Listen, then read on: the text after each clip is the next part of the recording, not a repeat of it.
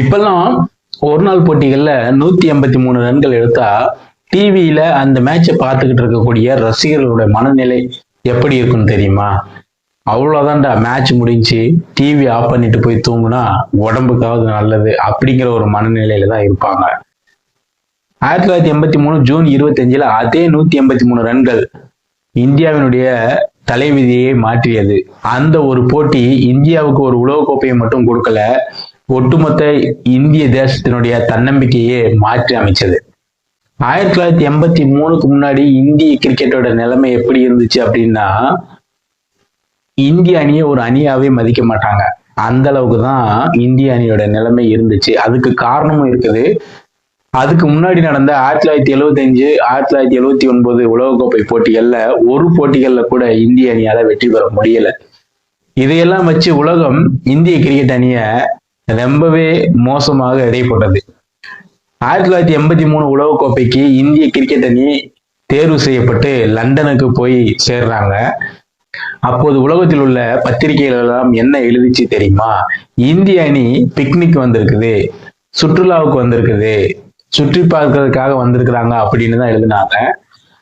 ஒரு முறை கபில் தேவை பத்திரிகையாளர்கள் சூழ்ந்து கொண்டு கேட்கிறாங்க, நீங்க எதுக்காக இங்க வந்திருக்கீங்க அப்படின்ட்டு கேட்கிறாங்க. ஆனால் கொஞ்சமும் தன்னம்பிக்கையை விடாத கபில் தேவ் அவர்கள் சொல்றாங்க, நாங்க இங்க உலகக்கோப்பையை வெல்றதுக்காக வந்திருக்கோம் அப்படின்னு அவர் சொல்றாரு. அதை கேட்ட பத்திரிகையாளர்கள் எல்லாருமே சிரிக்கிறாங்க. ஆனா அதை கொஞ்சம் கூட தன்னோட மண்டையில ஏத்திக்காத கபில் தேவ் அவர்கள் நம்மால முடியும் அப்படிங்கிற ஒரே ஒரு நம்பிக்கையோட மட்டும்தான் பயணிக்கிறாரு. அணி வீரர்களுக்கும் அதையே சொல்றாரு, நம்மால முடியும் அப்படின்னே சொல்லி அணியை வழி நடத்துறாரு. உண்மை சொல்ல போனோம்னா 1983 உலகக்கோப்பைக்கு போற இந்திய அணியில பயிற்சியாளர்கள் கூட கிடையாது. அணியுடைய மேலாளர்களை மட்டுமே நம்பி இந்திய அணி உலகக்கோப்பைக்கு பயணப்பட்டது. முதல் போட்டியிலேயே உலக ஜாம்பவான் அணியான வெஸ்ட் இண்டீஸை எதிர்கொள்றாங்க. வெஸ்ட் இண்டீஸை தோற்கடிக்கவும் செய்யறாங்க. அடுத்ததாக நடந்த ஜிம்பாப்வே அணிக்கு எதிரான போட்டியில இந்திய அணி முதலில் பேட்டிங் செய்தது. ஒரு கட்டத்துல 17 ரன்களுக்கு 5 விக்கெட்டுகள் இழந்து தடுமாறி கொண்டிருக்கும் போது அப்போதான் பேட்டை தூக்கிட்டு உள்ள வர்றாரு கபில் தேவ். அந்த இன்னிங்ஸ்ல அவர் ருத்ர தாண்டவம் ஆடுறாரு. 175 ரன்கள் எடுத்து கடைசி வரைக்கும் களத்துல நிக்கிறாரு. துரதிருஷ்டவசமான விஷயம் என்ன தெரியுமா? அன்றைக்கு பிபிசி மட்டும்தான் கிரிக்கெட் போட்டிகளை ஒளிபரப்பு பண்ணிக்கிட்டு இருந்தது. அன்றைக்கு பிபிசியில் வேலை செய்த ஊழியர்கள் வேலை நிறுத்தத்தில் இருந்ததுனால கபில் தேவ் அவர்களுடைய அற்புதமான இன்னிங்ஸை நம்மால எங்க தேடியுமே பார்க்க முடியாது. அப்படி ஒரு மோசமான ஒரு நாளாக இருந்தது. ஒரு வரலாற்று சிறப்புமிக்க இன்னிங்ஸோட ஒரு சின்ன பகுதி கூட நம்மளால பார்க்க முடியாது. மீண்டும் இந்திய அணி வெற்றி பெற்று ஃபைனலுக்கு போகுது. அந்த ஃபைனல்ல முதல்ல தோற்கடிச்ச வெஸ்ட் இண்டீஸ் அணியை மீண்டும் சந்திக்குது. இந்த இடத்துல வெஸ்ட் இண்டீஸ் அணியை பத்தி நம்ம சொல்லியே ஆகணும். வெஸ்ட் இண்டீஸ் அணியில மிகப்பெரிய ஜாம்பவான்கள்லாம் இருந்தாங்க. தொடர்ந்து 2 முறை உலகக்கோப்பையை வென்ற அணியாக வெஸ்ட் இண்டீஸ் இருந்தது. வெஸ்ட் இண்டீஸ் அணி தான் உலகக்கோப்பை வெல்லும்னு எல்லாரும் கணிச்சிட்டு இருந்தாங்க. இந்தியா உலகக்கோப்பை வெல்லும்னு யாருமே நம்பவே இல்லை. வெஸ்ட் இண்டீஸ் அணியில மிகப்பெரிய ஜாம்பவான்கள்லாம் இருந்தாங்க. யார் யார் பார்த்தீங்கன்னா, Vivian Richards, Michael holding, Clive Lloyds போன்ற மிகப்பெரிய ஜாம்பவான்கள்லாம் வெஸ்ட் இண்டீஸ் அணியில இருந்தாங்க. ஸோ அதனால வெஸ்ட் இண்டீஸ் அணி தான் இந்த கோப்பையை வெல்ல போகுது அப்படின்னு எல்லாரும் நினைச்சுக்கிட்டு இருந்தாங்க.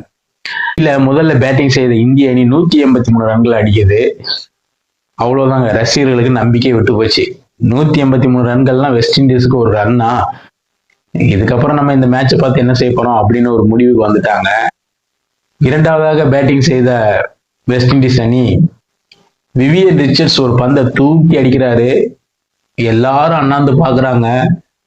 பந்தை நோக்கி பின்னாடியே ஓடுறாரு நம்மளுடைய கபில் தேவ். அப்படியே ஓடி போய் அந்த கேட்சை பிடிச்சாரு. அவர் பிடிச்சது கேட்ச் மட்டும் இல்ல, அந்த மேட்சையும் சேர்த்து. அதற்கப்புறமா பாத்தீங்கன்னா வெஸ்ட் இண்டீஸோட விக்கெட் மலவன்னு சரிய ஆரம்பிச்சது. இந்திய அணியில மோகிந்தர் அமர்நாத், மதன்லால், பல்வீர் சந்து போன்ற பந்து வீச்சாளர்கள் தங்களுடைய பந்து வீச்ச துல்லியமாக வீசி வெஸ்ட் இண்டீஸ் அணியை 140 ரன்களுக்குள்ள ஆல் அவுட் பண்ணாங்க. முதலா வெஸ்ட் இண்டீஸ் அல்லாத ஒரு அணி உலகக்கோப்பையை வென்றது அதுதான் முதல் தடவை. லார்ட்ஸ் மைதானத்தின் பால்கனியில கபில் தேவ் அவர்கள் உலகக்கோப்பையை தூக்கி காட்டிய அந்த தருணம் அது இந்தியாவினுடைய உயர்வுக்கான ஒரு தருணம். பின்னால சச்சின் டெண்டுல்கர், சௌரவ் கங்குலி போன்றவர்கள் எல்லாம் என்ன சொன்னாங்க அப்படின்னு பாத்தீங்கன்னா, அந்த 1983 உலகக்கோப்பை போட்டிகள் தான் தங்களோட கிரிக்கெட் கேரியர்ல ரொம்பவே இன்ஸ்பயர் ஒரு மொமெண்ட் அப்படின்னு பின்னால பதிவு பண்ணியிருக்கிறாங்க. இந்த போட்டிகள் குறித்து உங்களுக்கு ஏதாவது தகவல் தெரிஞ்சதுன்னா, உங்களுக்கு ஏதாவது சுவாரஸ்யமான நினைவுகள் இருந்ததுன்னா நீங்க உங்களுடைய கருத்துக்களை கமெண்ட் பாக்ஸ்ல பதிவு பண்ணுங்க. நன்றி நண்பர்களே. மீண்டும் இது போன்ற ஒரு சுவாரஸ்யமான வீடியோவில் மீண்டும் சந்திக்கலாம். இந்த வீடியோ உங்களுக்கு பிடிச்சிருந்துச்சுன்னா லைக் பண்ணுங்க, ஷேர் பண்ணுங்க, உங்களுடைய நண்பர்களுக்கு ஷேர் பண்ணி அவங்களையும் சப்ஸ்கிரைப் பண்ண சொல்லுங்க. நன்றி, வணக்கம்.